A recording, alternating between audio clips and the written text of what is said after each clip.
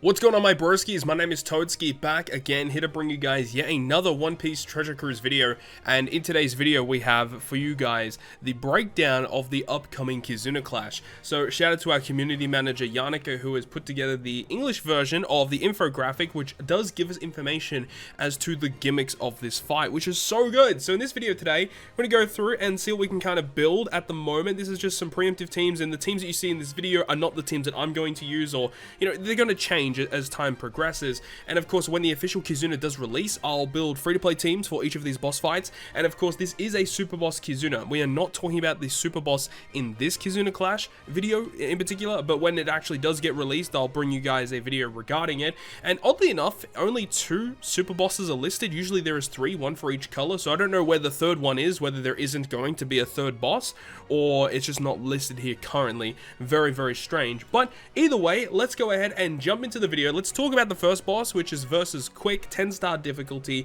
Strength and dex characters get the cooldown and the reduced super switch. So if you have a dual unit that is partly strength or dex that has a super switch, they actually get cooldown at the start of the quest, which is really, really good.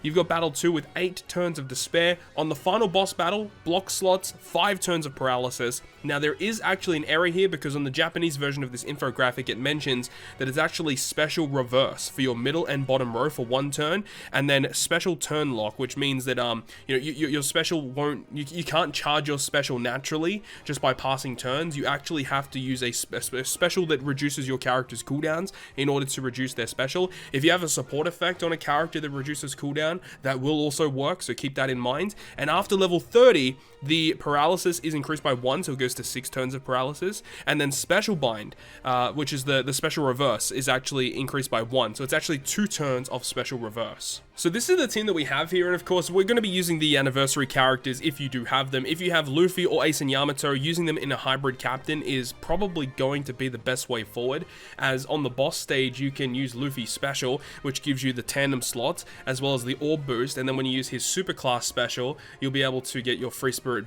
buffs, of course, and then you get the base attack boost, and you also extend the, or you actually enhance the duration of the orbs, you enhance the amplification of the orbs by 0.25.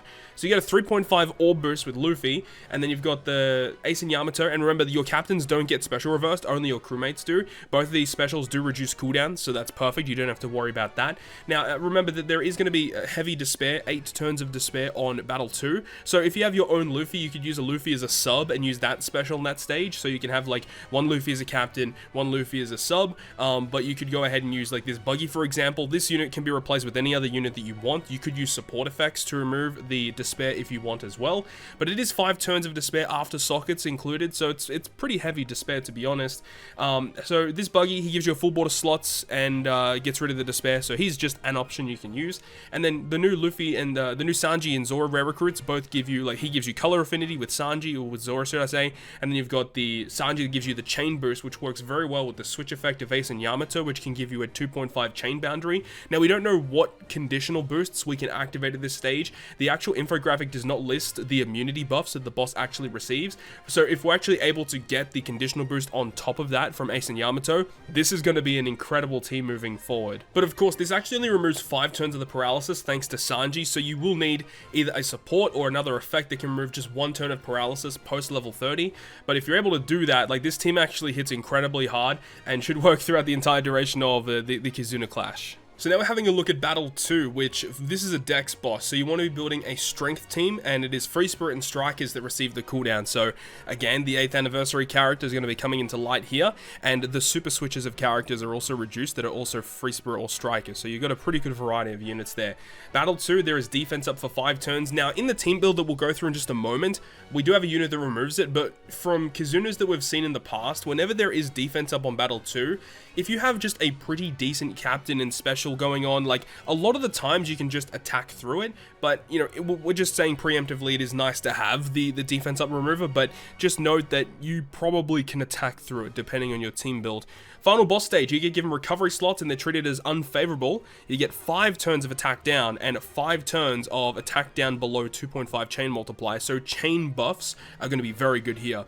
And also, post level 30, the attack down is increased by a further 5 turns, so it's 10 turns of attack down. So there are a couple key characters you can use in order to get around that. So the team build that we have here is doing a lot of damage, and this is just with 5 characters, mind you. So we've got the Kaido captain with the hybrid of the Hancock, Nami, and Robin, because with this team build we can get a super type and a super class, and the whole team is inflicted with both of those things. So you get an additional color affinity boost from super type and additional stat boost from super class. Pretty amazing. But in terms of getting around the defense on stage 2, as I said, Queen is going to be the unit here, but again, you don't necessarily need him. We're not too sure how heavy that defense is yet, and it depends on the color of the boss on stage 2 as well, so hopefully we'll have to wait and see how that actually goes. But in terms of everything else, in terms of the matching slots, that's easy because Kaido can just give you the matching slots from his super class special, and we have the super type from the waifus. We have their special, which gets rid of 8 turns of attack down. So at level 30, this is going to get rid of 8 turns. You still need to remove an additional 2 turns of attack down. If you have the Strength Recruit Jozu, that can attach to Ace and Yamato to actually remove the additional 2 turns of attack down, so that's awesome. Otherwise, you'll have to run like Recruit King, for example, because in this team here, we can actually have a free slot for whatever we want, and we don't know what conditional boosts are going to be able to be activated. Luckily, we can still use Kaido and any special. Likely, you're allowed to use increased damage taken, or at least with his captain ability. When you hit with a Wano slot, he'll inflict it anyway. And of course, with this team composition, we can access the Super Tandem, which will amplify the effect of the increased damage taken, as well as giving us that additional 2x attack boost to striker characters. We have the attack boost with Ace and Yamato as well. There's Super Switch, which does get the special cooldown at the start of the quest.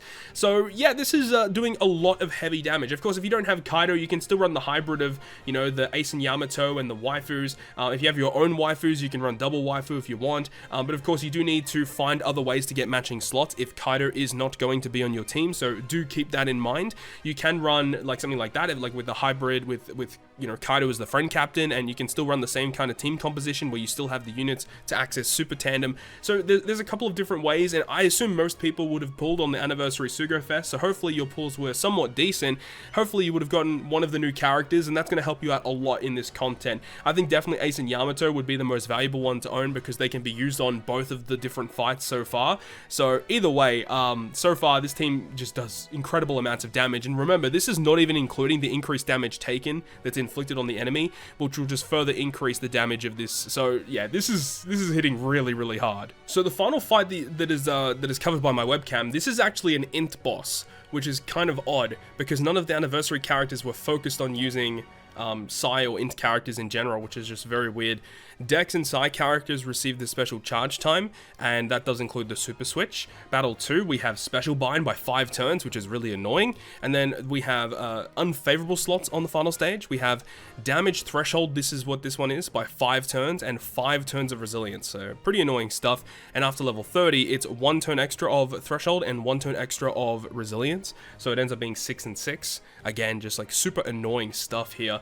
And so in terms of the stuff that we have here that's boosted, well, like this is a pretty weird team build. This is just something that I came up with off the top of my head.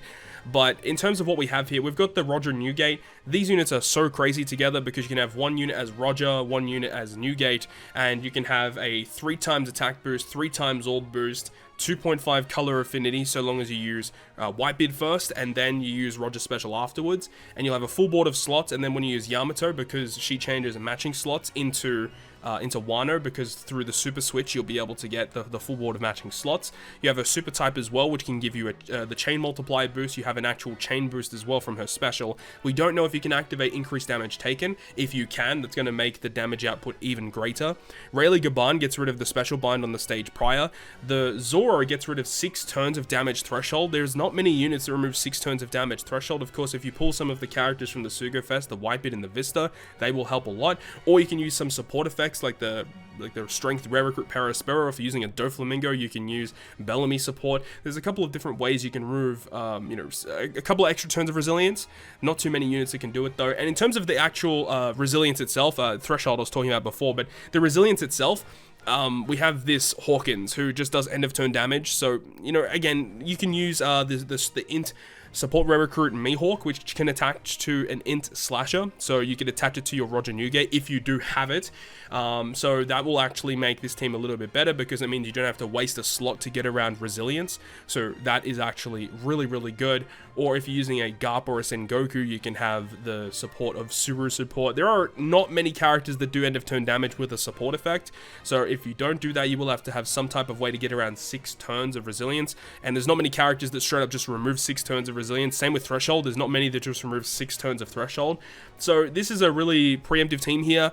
This is definitely going to change as time progresses, and of course when it does eventually release, we'll have some different team builds, of course, that we'll go through in an official video. But currently, you know, these teams will all work fine for now. But that is about going to wrap up this video today. I really hope you guys have enjoyed it. Make sure to go ahead and read these infographics and get your teams sorted before the official start of the Kizuna Clash. And of course, there is the Super Boss, which when it does release, we'll be going ahead and going through and seeing how much damage we can actually do. Especially because personally, I do have Luffy crew finally at max tap now, final tap now after I use the tablets. So that's going to be really fun to try and use for the first time. But that is going to wrap up this video. I really hope you guys have enjoyed this one. And if you guys did enjoy the video, make sure you go ahead and leave a like, and if you want to stay up to date with all the content that I post, including more One Piece Treasure Cruise content, make sure to hit the subscribe button down below. But on that, guys, I'll see you guys within the next video.